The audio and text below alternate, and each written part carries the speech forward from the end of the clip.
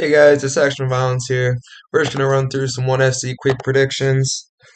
Yeah, it's gonna be a fun card. We've had some cancellations, but it's all good. We'll make up for it. Let's start with Hequin Lin versus Denise Zambunga. Now, Lin has pretty good takedown defense, I'd say. It's really hard to take her down, but she has some problems. She becomes a little predictable. Um, But yeah, she has excellent striking, and I believe she could edge this one with her striking. She's facing a good girl though. This girl's pretty good on the ground. But I just don't know how she's gonna get her to the ground, knowing she doesn't have a great wrestling background. But she does have good jiu-jitsu, so it's an interesting fight. I am slightly leaning Lynn, just a little bit, especially at the odds they're giving me. You got to take those odds. But yeah, this is an interesting matchup. I'm really interested to see who prevails in this spot.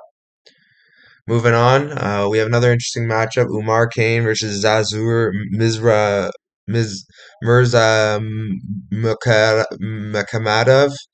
I don't know. He's pretty good. He's got good ground control. The problem is what happens if he's the nail, and I don't know how he deals with that.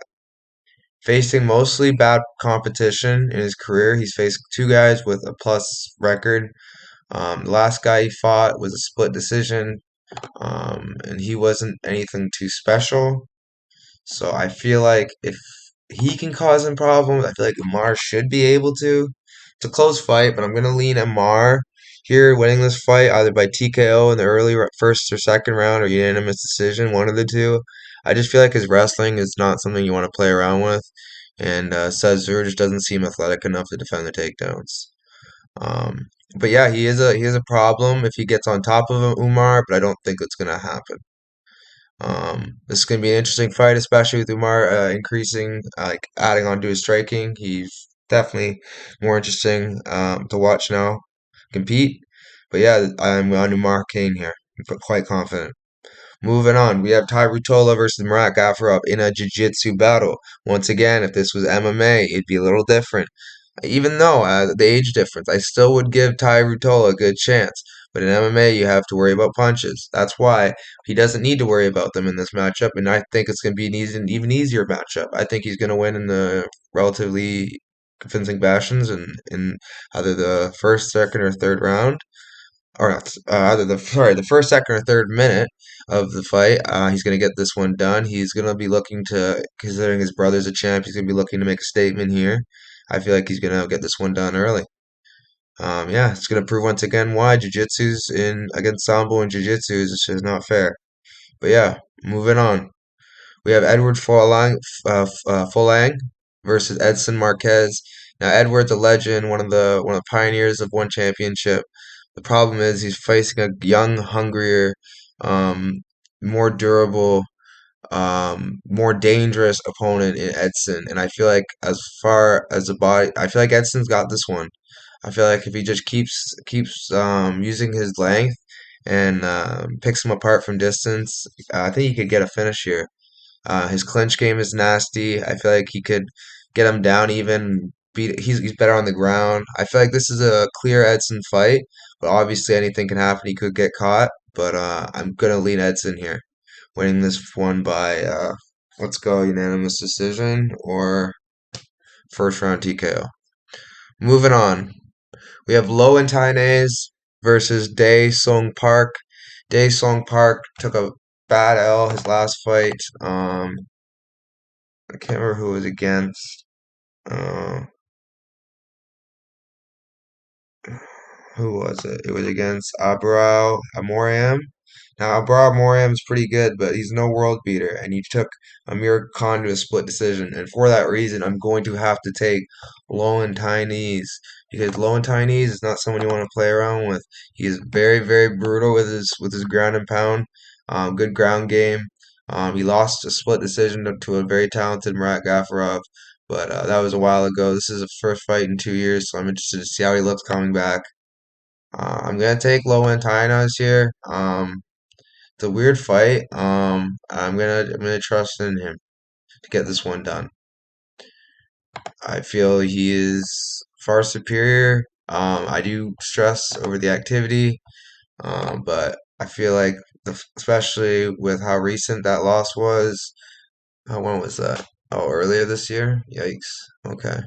So yeah, he should be all right, but still, I'm gonna go with Loein here. If he got get ground and pounded by a Boro, I feel like Lowen's gonna have a good time there on the ground.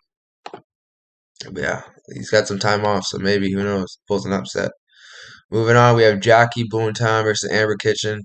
They're both excellent strikers, but I gotta give the edge to Jackie Boontan. He's gonna put on a clinic, win a nice unanimous decision win. But I just have to point out she is beautiful. She is one gorgeous girl, especially with makeup. Like she's pretty without it, but even with makeup, she's gorgeous. But yeah, moving on. We have Murad Ramazanov probably versus Roberto Soldic, the second most exciting fight of the card. Murad Ramazanov, Ramazanov. I think he's a very, very good prospect, good grappling.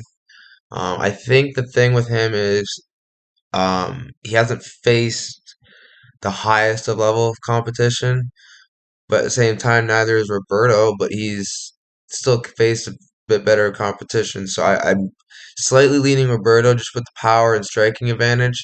But that grappling is a real threat, and if Roberto's not careful, he's gonna have a long night. So I'm gonna go Roberto Soldic here. Slight lean. I'm not totally confident here, but I'm gonna edge Roberto Soldic here to win this fight by unanimous decision or by early finish. This is gonna be a fun fight, though. Definitely, we're gonna be tuning into this one. Moving on, we have Cade Ruotolo versus Mateus Gabrielle. Oh, this is another showcase for Cade. Given he is fighting a Brazilian, so not as good as a Brazilian like as he's faced before, or that was his brother. Sorry, or no, Mikey faced the Brazilian, but Cade is still really really good. And I think he's gonna be able to win this fight either with control or let's fight this grappling match. I feel like he's gonna either get a late sub or win with the decision. But yeah, I like Kate Rotolo in this spot. I think he's gonna win this. Moving on, we have the fight I'm most excited for the week, not just for the night. We have Reiner de Ritter versus Anatoly Malkan. Now, Renier de Ritter is a problem. He has ridiculous grappling, pretty good striking, I'd say. Keeps a good range. Good entries with his shots. He doesn't just do leg shots. He does body lock shots, like body lock throws. He does a lot of stuff, and I really think his training with Gordon Ryan and all that kind of stuff is going to really pay a different pay dividends in this fight. But the thing is, he's really got to be careful of that power because he isn't fighting an all long song. If he gets touched by Anatoly, he's gonna feel it. And yeah, I want to say Anatoly wins this, but I gotta stick with Renair. I like the way he fights. I think he's very very good, and I think his style is not good for Anatoly, especially the way Anatoly fights. His cardio will be taxed heavily. He's a big guy, so he can't be in a lot of good heavy, high grappling exchanges for long periods of time. I could be wrong, but this is what I'm seeing. I think Renner de Ritter should be able to win this fight. This is a hard fight to call. But yeah, I'm slightly edging Renner de Ritter here. But yeah, these are my predictions, guys. Like, subscribe. Um, I don't really have most confident predictions. Even if I could say it'd be low in Tynas with the plays already being out, but that's probably my most confident prediction. This is a weird card. But yeah, let's go, guys. This is a fun event. Let's enjoy it, and yeah, see you next time.